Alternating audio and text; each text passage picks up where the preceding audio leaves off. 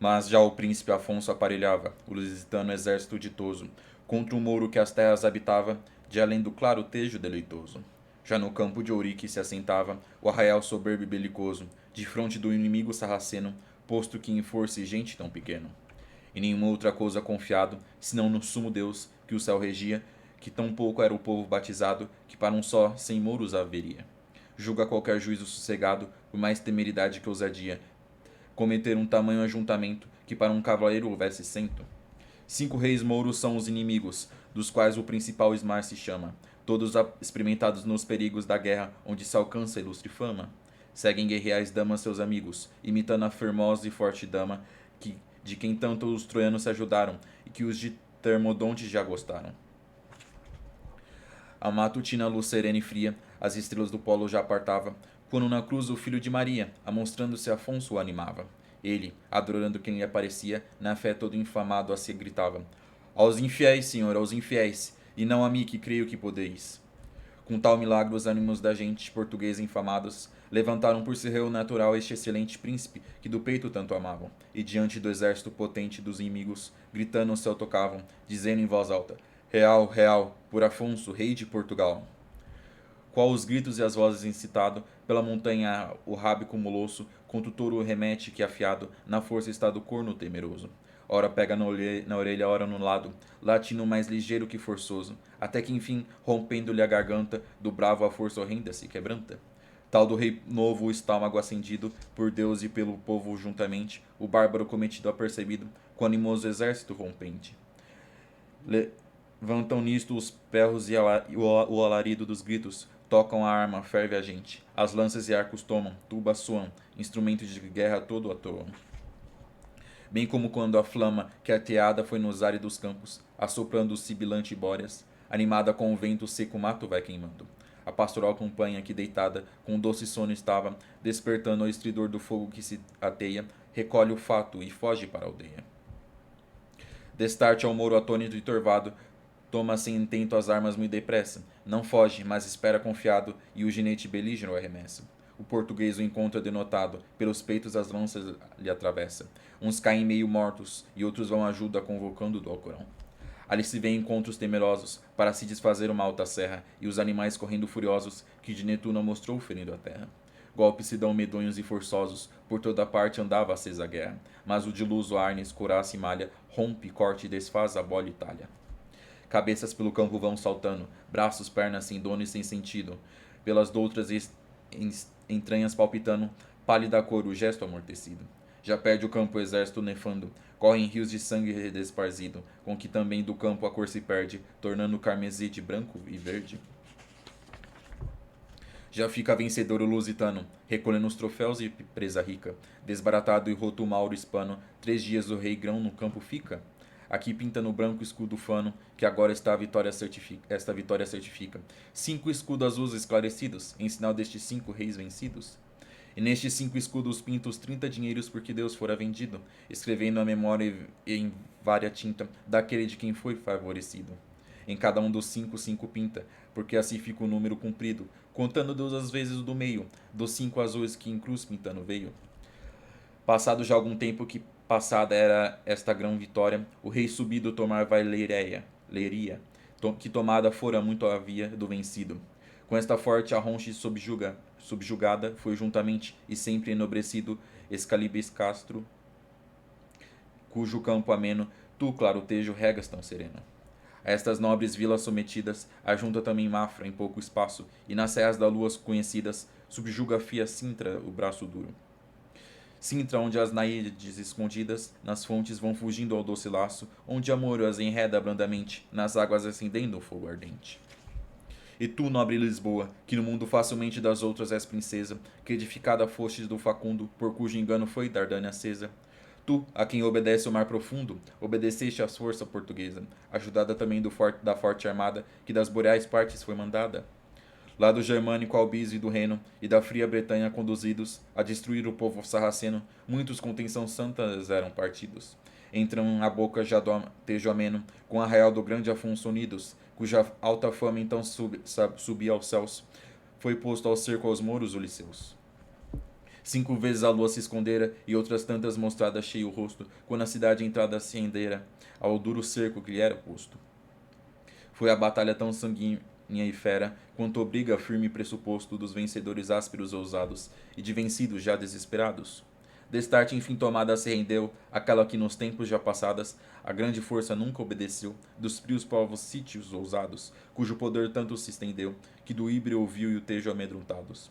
E enfim combates tanto alguns puderam, que a terra de Vandália não me deram. Que cidade tão forte, porventura, haverá que resista, se Lisboa não pôde resistir, à dura fonte da gente, cuja fama tanto voa? Já lhe obedece tanta Extremadura, Óbidos, Alenquer, por onde soa o tom das frescas águas, entre as pedras, que murmurando lava e torres vedras.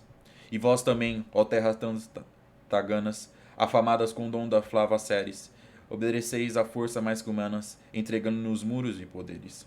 E tu, lavrador mouro, que te enganas, se sustentar a fértil terra queres, que elvas, Mimoura e Serpa conhecidas, e ao cacério do sol estão rendidas.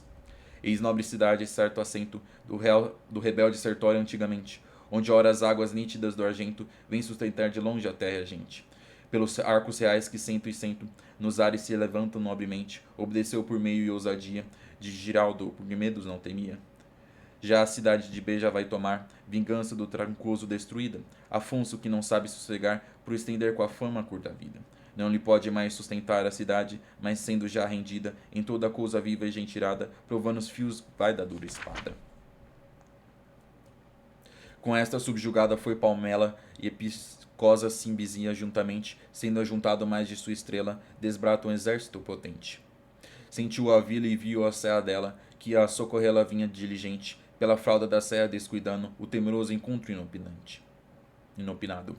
O rei de Badajoz era alto muro, com 4.000 cavaleiros furiosos, inúmeros peões de armas de couro, guarnecidos guerreiros ilustrosos. Mas, qual no mês de maio o bravo touro, com ciúme da vaca receosos, sentindo a gente o bruto cego amante, salteia o descuido caminhante. Destarte Afonso subido mostrado, na gente dá, que passa bem segura, fere, mata, derriba e denotado. Foge o rei mouro e só da vida cura. Dum pânico terror todo assombrado, só de segui-lo o exército procura, sendo estes que fizeram tanto abalo, não mais que só 60 de cavalo. Logo segue a vitória sem tardança, o rei incansável ajuntando, gente de todo o reino cuja usança era andar sempre as terras conquistando. Secar vai Badajoz e logo alcança o fim de seu desejo, pelejando com tanto esforço, arte e valentia, que a fez fazer as outras companhia.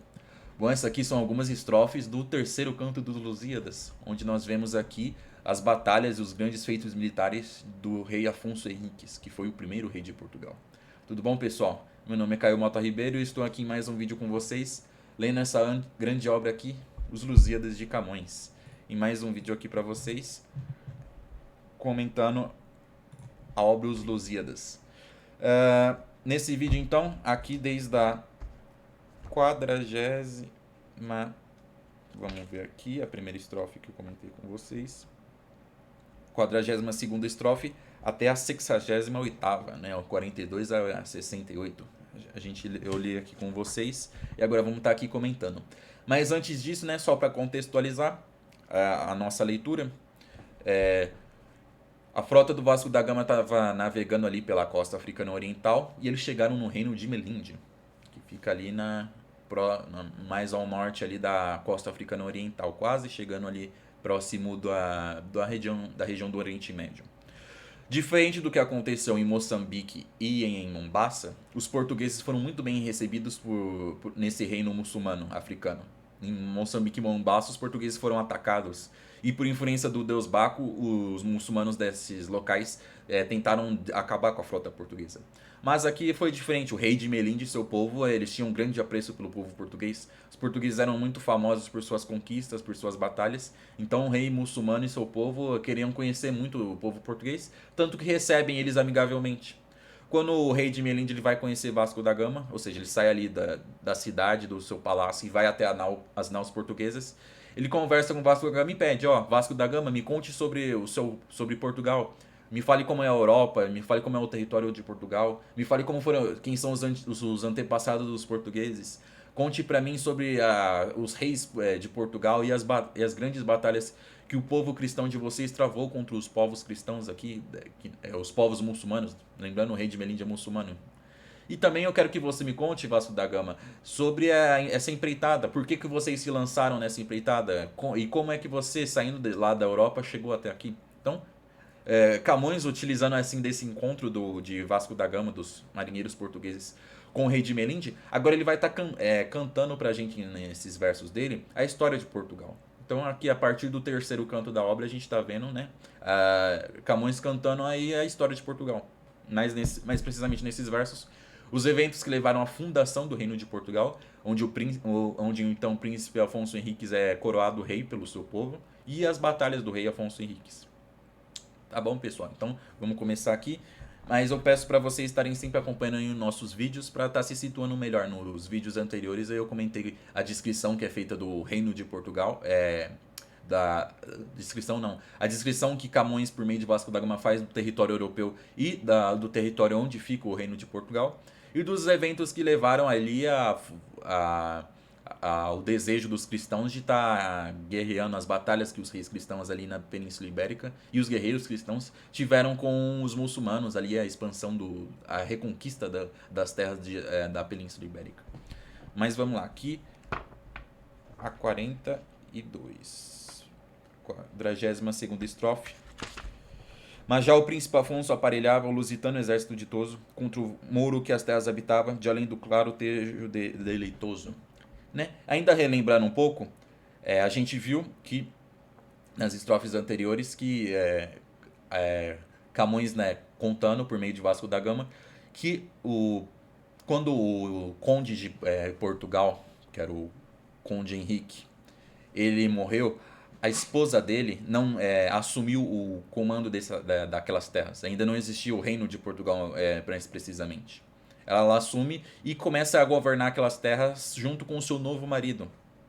Porém, o filho que ela teve com o conde Henrique, que é o príncipe Afonso Henriques, ele não aceitou isso, porque a mãe não queria deixar com que ele herdasse as terras do pai. Então, o filho travou uma guerra contra a própria mãe. E aí a gente viu, né, foi a Batalha de Guimarães, a gente viu nas últimas estrofes, no nosso comentário num vídeo anterior. Então, agora a gente vê que após conquistar ali as terras que eram suas por direito, o príncipe Afonso Henriques começa a batalhar com os muçulmanos que possuíam territórios vizinhos ao condado de Portugal, as terras ali dominadas ali as terras que faziam parte do território do condado de Portugal. Para quem não sabe, né, existe um condado lá em Portugal que tem esse nome, e aí tem o ducado. E porventura diz que esses territórios foram sendo expandidos, ou seja, aqui a gente vai ver que o príncipe Afonso Henriques vai expandindo os territórios dele, até que é fundado um reino, e esse reino recebe o nome de Portugal. Então, né, após ter batalhado com sua mãe e conquistado ali as terras portuguesas, o príncipe Afonso Henriques vai começar a batalhar contra os muçulmanos. Já no campo de Ourique se assentava o arraial soberbo e belicoso, de fronte do inimigo sarraceno, posto que em força e gente tão pequena, ou seja, o pequeno e fraco exército português, ou seja, os guerreiros portugueses comandados pelo príncipe Afonso Henrique, mesmo sendo em maior número, eles se colocavam ali no campo de Ourique para batalhar contra os inimigos muçulmanos, ou seja, os muçulmanos ali vão estar travando guerra contra os portugueses. E nenhuma outra coisa confiado, senão no sumo Deus que o céu regia, que tão pouco era o povo batizado, que para um só sim o mouros havia. Ou seja, ao estar enfrentando com o seu pequeno exército, esse grande exército muçulmano, o príncipe Afonso Henrique e os guerreiros portugueses depositavam toda a sua fé em Deus, em nenhuma outra coisa. Porque afinal eles estavam, né, de 1 para 100, ou seja, para cada 100 muçulmanos, existia apenas um português. Essa era a diferença do exército dos cristãos e dos muçulmanos nesse momento. Que aqui, situando vocês melhor, essa aqui vai ser a batalha de Ourique, que é o campo de Ourique. Aqui que é a batalha que a gente vai ver os portugueses cristãos conseguem vencer. Julga qualquer juízo sossegado, por mais temeridade que ousadia, cometer um tamanho ajuntamento, que para um cavaleiro houvesse 100. Ou seja, qualquer pessoa que visse essa situação, onde existe um cavaleiro para 100 inimigos, ia sentir um grande medo, ou seja, qualquer pessoa ia estar temeroso nessa situação. Mas os portugueses não, porque eles depositavam toda a sua fé em Deus. 5 reis muçulmanos são os inimigos, dos quais o principal Ismar se chama. Ou seja, esse exército muçulmano, esse grande exército muçulmano, tinha 5 reis ali presentes, sendo que o principal deles, o que comandava tudo isso, o maior, mais elevado dentre deles, se chamava Ismar. Todos experimentados nos perigos da guerra, onde se, onde se alcança a ilustre fama. Ou seja, todos esses reis, eles já travaram, eram experientes na batalha, eles já travaram grandes guerras. Aqui, né, Camões diz, guerra onde se alcança a ilustre fama, né? A gente bem vê que Camões conta pra gente que os grandes feitos dos homens são feitos militares.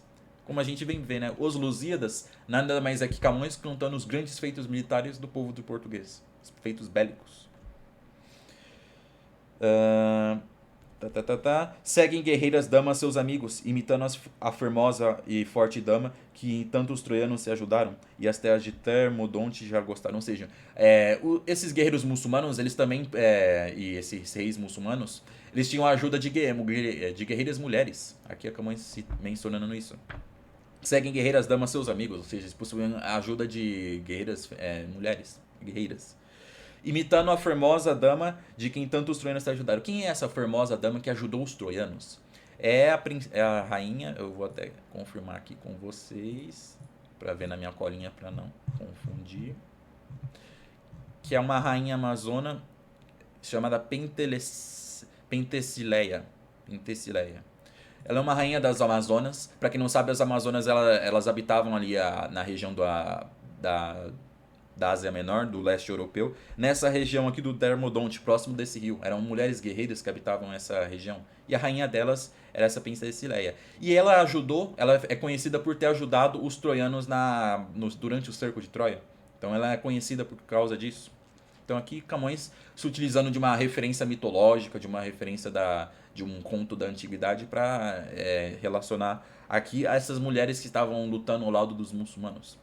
Sempre lembrando, pessoal, Camões está cantando um poema épico. Então a linguagem vai ser meio truncada e ele vai estar sempre se referindo, por ser um poema clássico, ou seja, ele é um herdeiro ali dos poetas pagãos, os poetas pagãos, vamos dizer assim, da greco-romanos. Então ele vai citar divindades, ele vai citar eventos da antiguidade, os deuses pagãos, criaturas mitológicas, para sempre engrandecer a obra dele. Afinal a gente está lendo um épico. Ele não vai dizer, ali estava anoitecendo. Ele não vai escrever isso, é muito pobre. Ele vai falar, não, o deus Febo que atravessa o céu com sua carruagem de fogo parte para adormecer no oceano. Ele vai falar assim, é uma forma poética. A gente vai ver isso ao longo da obra.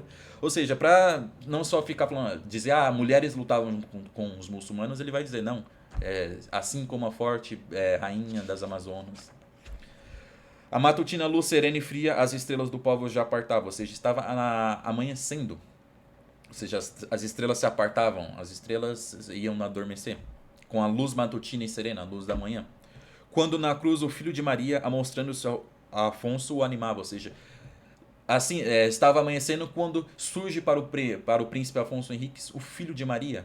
Quem é o filho de Maria? O nosso Senhor Jesus Cristo. Ele aparece para ele. Só que a referência é um milagre que aconteceu um pouco antes dessa batalha. O príncipe Afonso Henriques, né? Como a gente bem falou, os portugueses depositavam toda a sua esperança em Deus. Então eles oravam muito, eles rezavam pedindo para Deus um milagre ao enfrentar um exército inimigo tão grande. E eis que Deus surge para eles. Aconteceu realmente esse milagre. Quando na cruz o filho de Maria mostrando-se Afonso o animava, ou seja, Deus aparece, Jesus Cristo crucificado, é isso que é contado pra gente na história, que Jesus Cristo apareceu crucificado nos céus pro príncipe Afonso e seu exército. Isso elevou o ânimo do príncipe e de todos os portugueses que iam lutar contra os muçulmanos.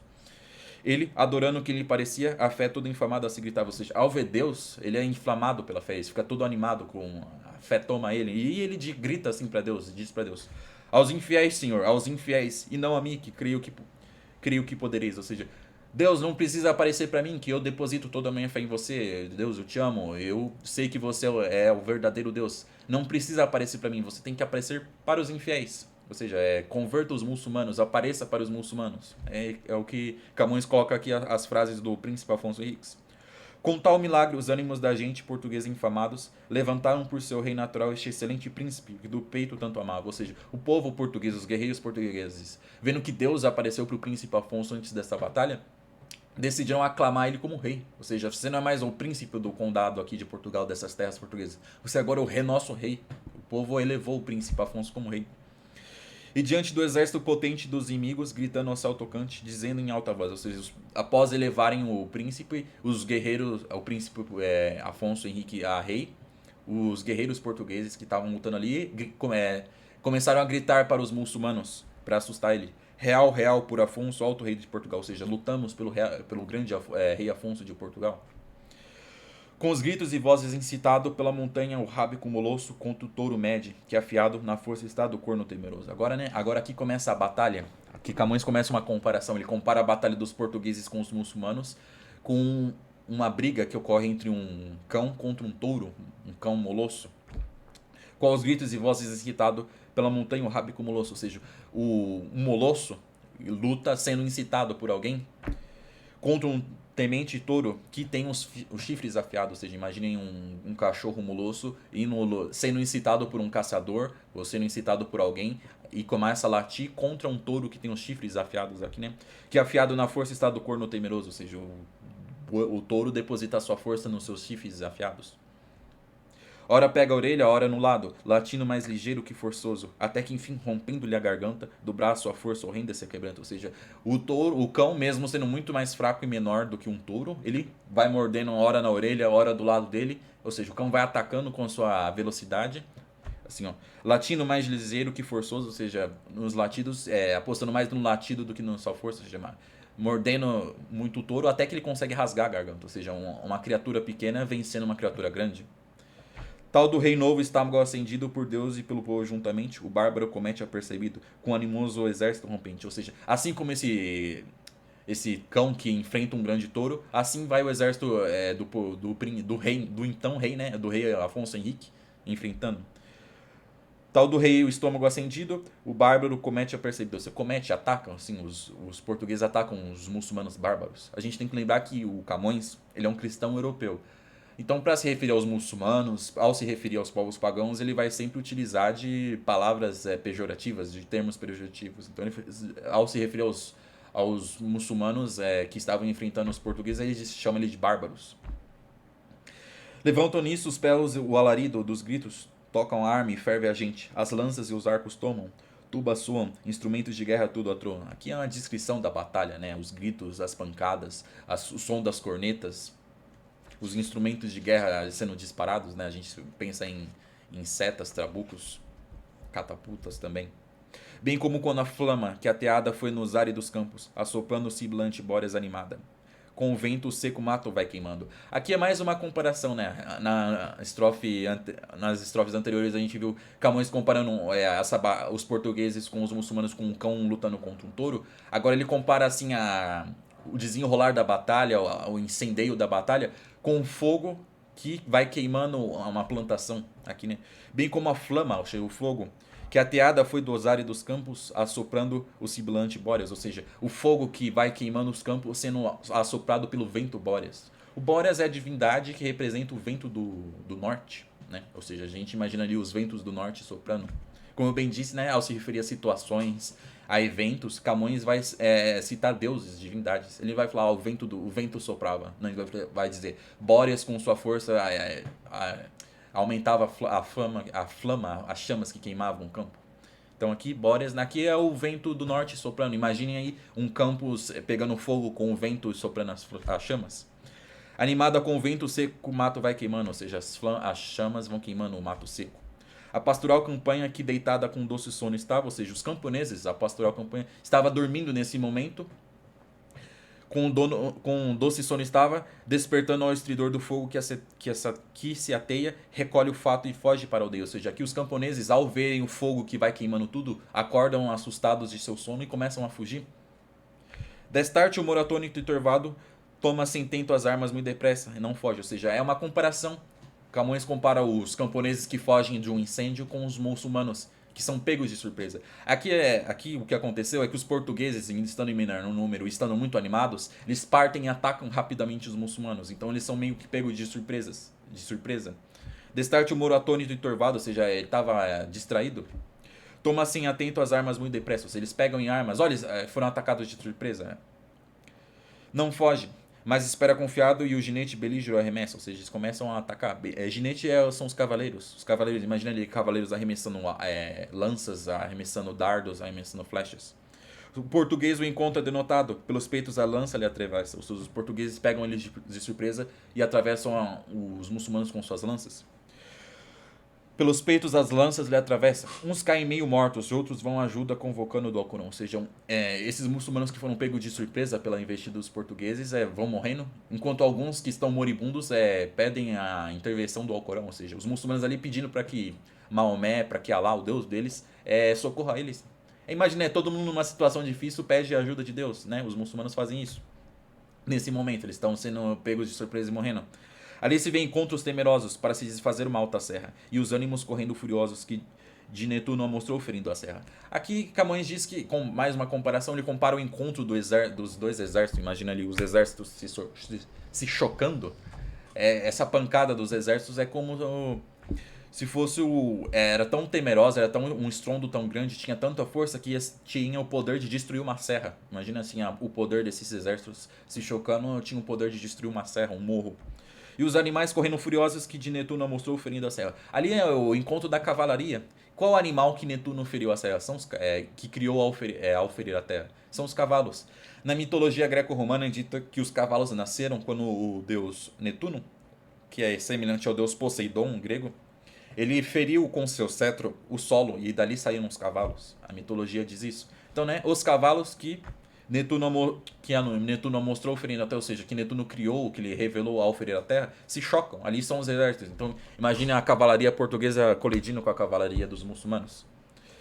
Golpes se dão medonhos e forçosos, por toda parte andava acesa a guerra, ou seja, ali as pancadas do conflito. Mas os de luz, o arnes, couraça e malha, rompe, corta, desfaz a bolha e a talha seca. Aqui Camões falando que os portugueses, mesmo estando em menor número, eles vão se destacando e vão quebrando as armaduras, os escudos, as defesas dos muçulmanos.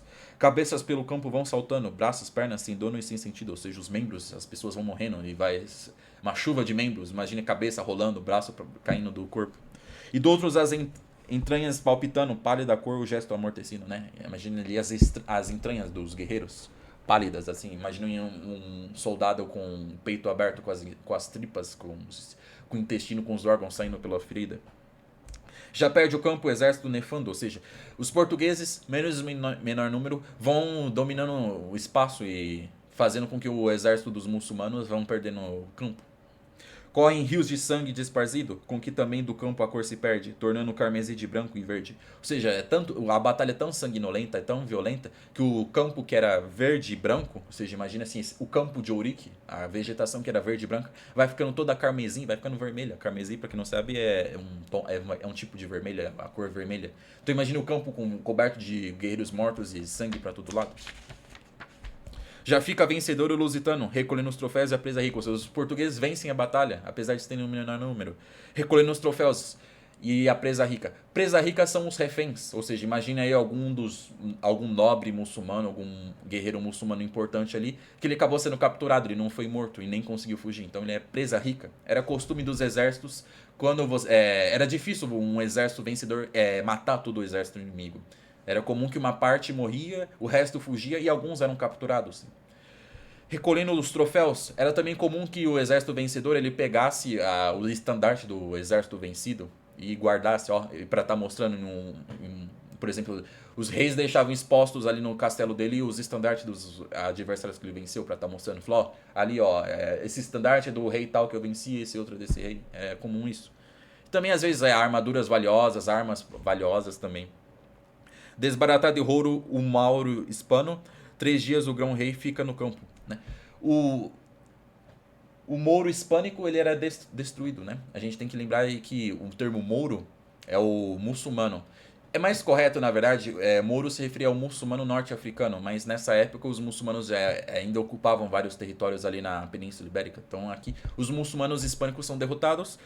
E 3 dias o grão-rei fica no campo, ou seja, o grande rei Afonso Henriques, que venceu essa grande batalha, mesmo estando em menor número, ele fica 3 dias no campo. Era costume que quando você vencesse um combate, você ficava ali no campo, deixava o seu exército ali descansando no campo de batalha. Além de estar saqueando e comemorando, você comemorava ali para se mostrar vencedor e dono daquele território. Ou seja, ao conquistar um território e derrotar o exército inimigo, você fica ali um pouco.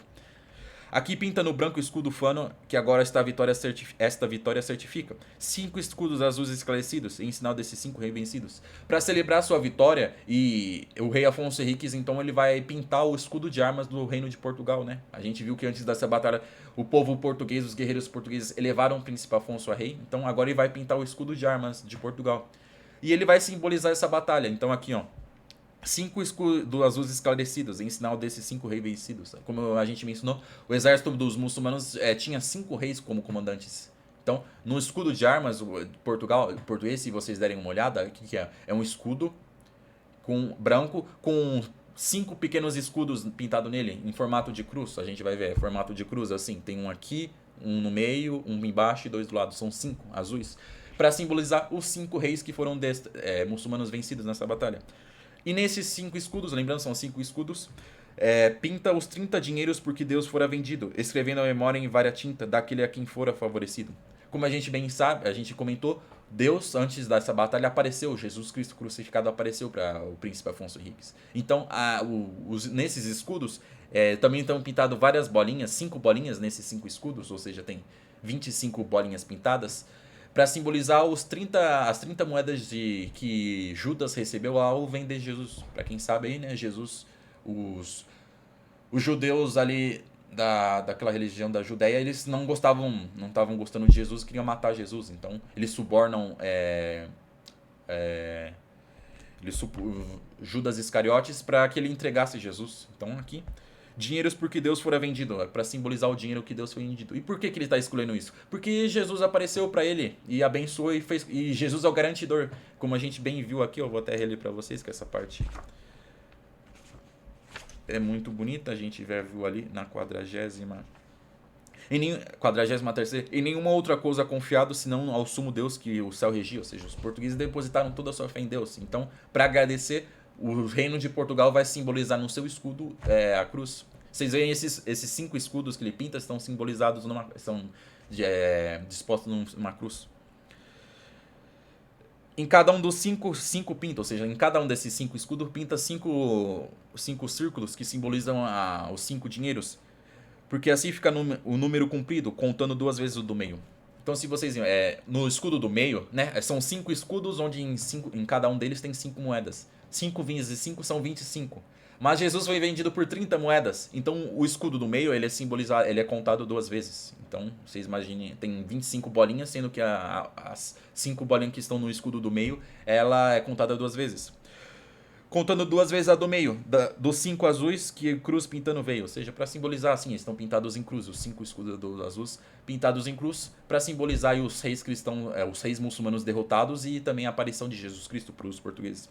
Passado algum tempo que é passada esta grande vitória, o rei subido tomar vai Leiria, que tomada fora muito pouco havia do vencido. Ou seja, após essa grande batalha, o príncipe Afonso Henriques vai continuar expandindo os territórios de Portugal. Agora que ele é rei, né, o reino de Portugal. Então aqui a gente vai ver, né, a partir aqui da estrofe 55, a expansão do reino português.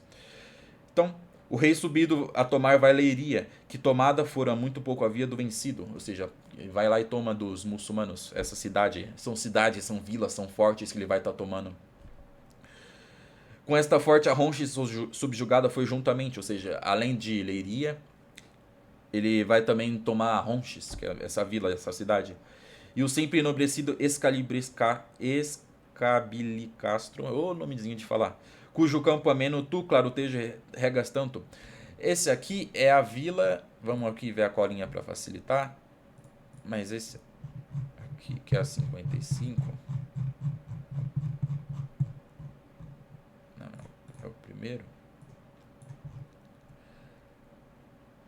É Santarém, a cidade é Santarém. Até hoje existe essa cidade, né? Ou seja, ela tinha esse nome, era o nome que os muçulmanos tinham dado. Depois os portugueses trocam e nomeiam por ser Santarém. E ela é regada, né? Aqui, tu claro rejo regas tão sereno, ou seja, é uma das várias cidades, um dos vários territórios que é regado, que as águas do rio Tejo banham, né? São regadas. seja, são territórios que as águas desse rio Tejo ficam molhadas, úmidas. A estas nobres vilas sometidas, na época são vilas, né, mas depois vão se tornar cidades, junta também Mafra em pouco espaço, ou seja, além disso, vai conquistando uma série de cidades, uma dessas é Mafra. E nas Serras da Lua conhecidas, ou seja, também conquista os territórios ali da Serra da Lua. Subjuga a fria Sintra, o duro braço. Sintra, onde as Náiades escondidas nas fontes vão fugindo ao doce laço, onde Amoras enreda brandamente nas águas acendendo fogo ardente. Aqui, né, ele vai e conquista essa cidade, essa vila de Sintra. Essa vila que, segundo a mitologia, segundo os contos da época, era habitada por ninfas da água doce. O nome das ninfas de água doce é essa aqui, ó, Naíades.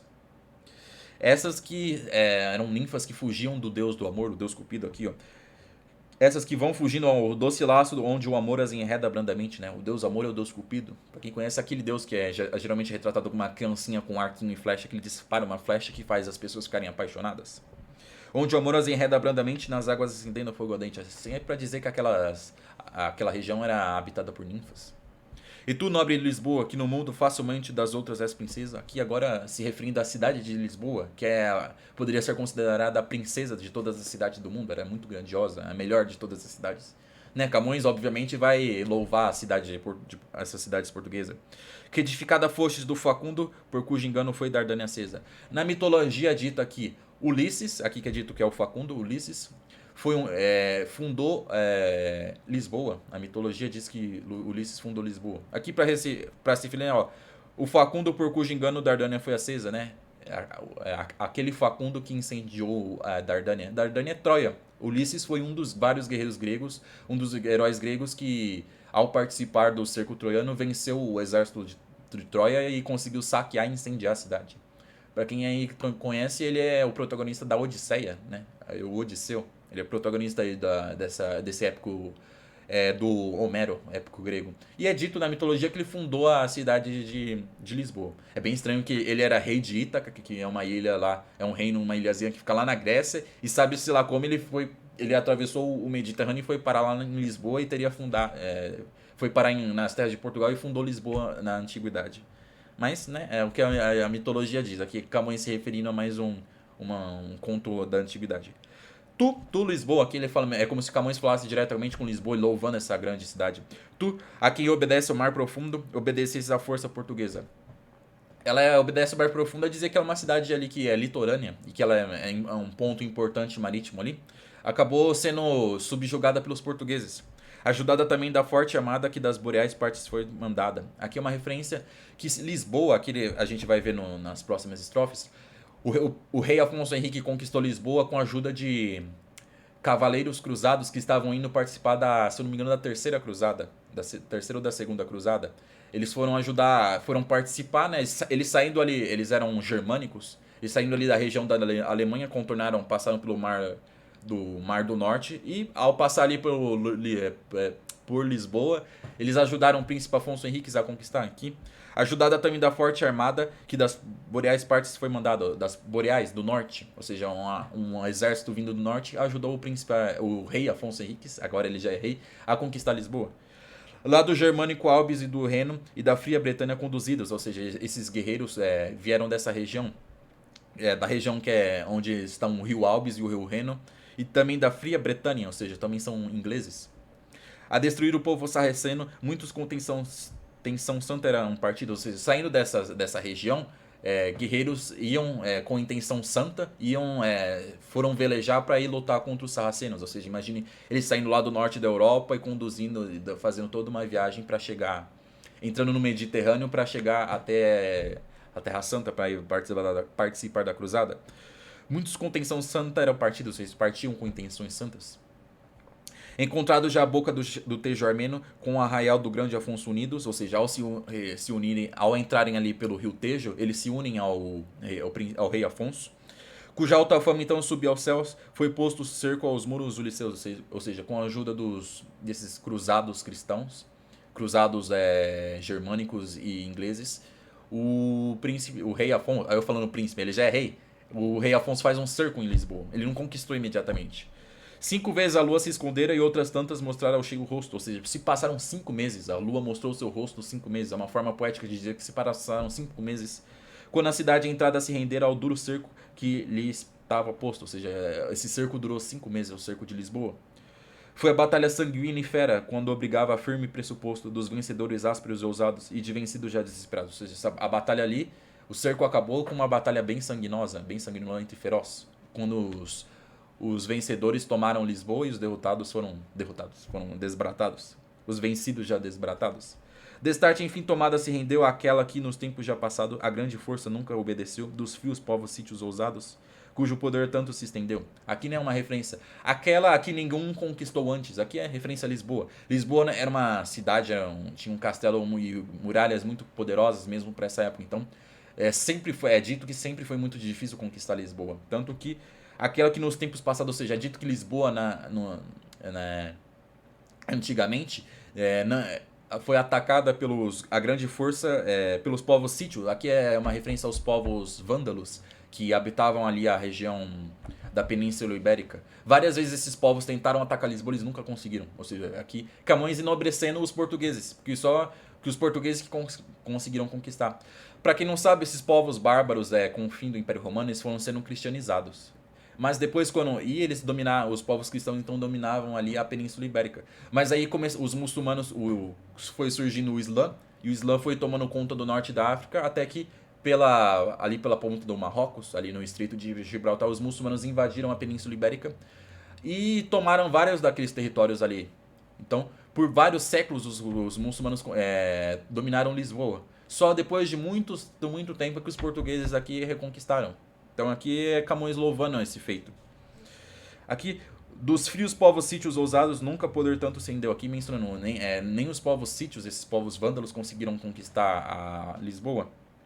Aqueles povos que o Íbero viu e o Tejo amedrontados. Esses povos conquistaram toda aquela região, desde o rio Íbero até o Tejo Ameno. Esse rio Íbero aqui, se eu ver na minha colinha com vocês, que aqui é a estrofe 60, é o rio Ebro. Então imagine a região ali que é toda os territórios todos banhados ali pelo rio Tejo e esse rio Ebro já estiveram posse desses povos vândalos.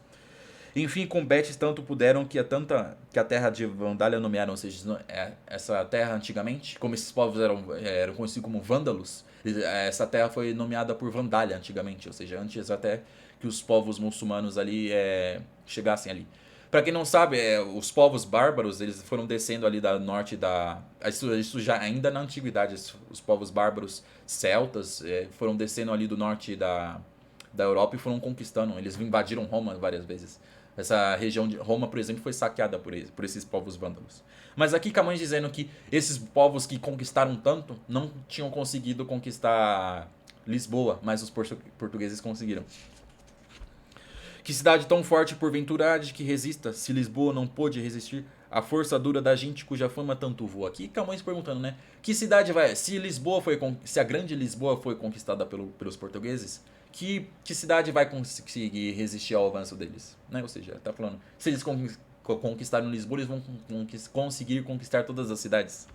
É uma pergunta que ele faz, meio que uma afirmação. Já lhe obedece toda a Extremadura, Óbidos e Alenquer, por onde soa o tom das frescas águas entre as pedras que murmurando lava e Torres Vedras. Que ele mencionando outras cidades, outras vilas, outros fortes que foram sendo conquistados depois do cerco de Lisboa. Ou seja, o rei Afonso Henrique continuou expandindo o território de Portugal, continuou conquistando as terras dos muçulmanos. Aqui, ó, a Extremadura, Óbidos, Alenquer, são cidades, regiões.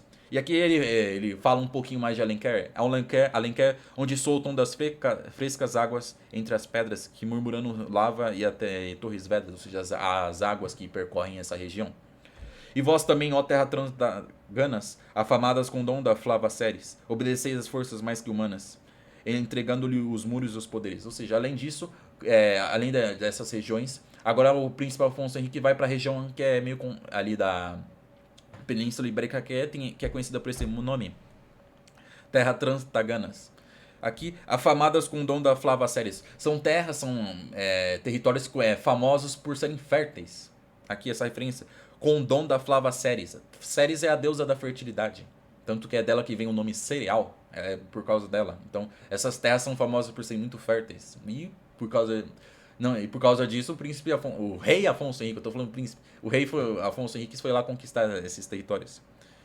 E tu, lavrador mouro, que te engana se sustentar a fértil terra queres? Ou seja, aqui Camões dizendo, você é lavrador muçulmano que é dono dessas terras, você se engana achando que vai continuar sendo o senhor delas? Que elvas, Imura e serpas conhecidas e Alcaçere do Sal estão rendidas. Ou seja, o rei Afonso Henrique também já conquistou essas terras e também vai conquistar as terras dos agricultores muçulmanos. Eis a nobre cidade, certo assento do rebelde Sertório antigamente. Aqui, uma outra cidade que o rei Afonso Henriques vai conquistar. Aqui é a cidade de Évora, até peguei aqui a minha anotação. É uma cidade que existe até hoje. Onde ora as águas nítidas de argento vêm sustentar de longe a terra e a gente. Ou seja, é uma cidade que a água do mar vai e bate a água aqui, as águas nítidas de argento, as águas nítidas prateadas. Quando a gente vê esse termo águas prateadas ou argento, é referente à água do mar. A água do mar, ela, quando o sol bate nela, ela parece meio prateada, assim.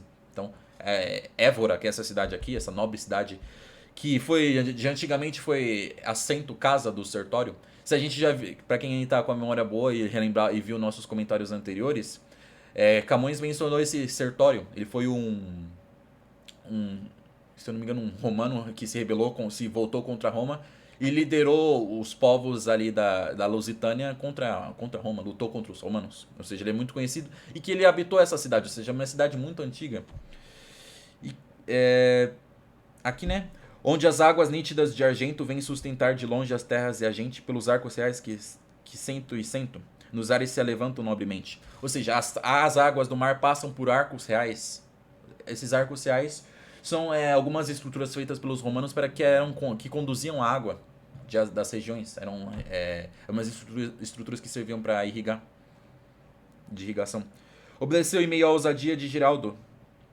Nos ares se levantam nobremente. Obedeceu por meio e ousadia de Giraldo, que menos não temia. Aqui, Camões dizendo que graças ao Geraldo, Giraldo é um guerreiro, mais um dos grandes heróis portugueses que se destacaram por seus feitos.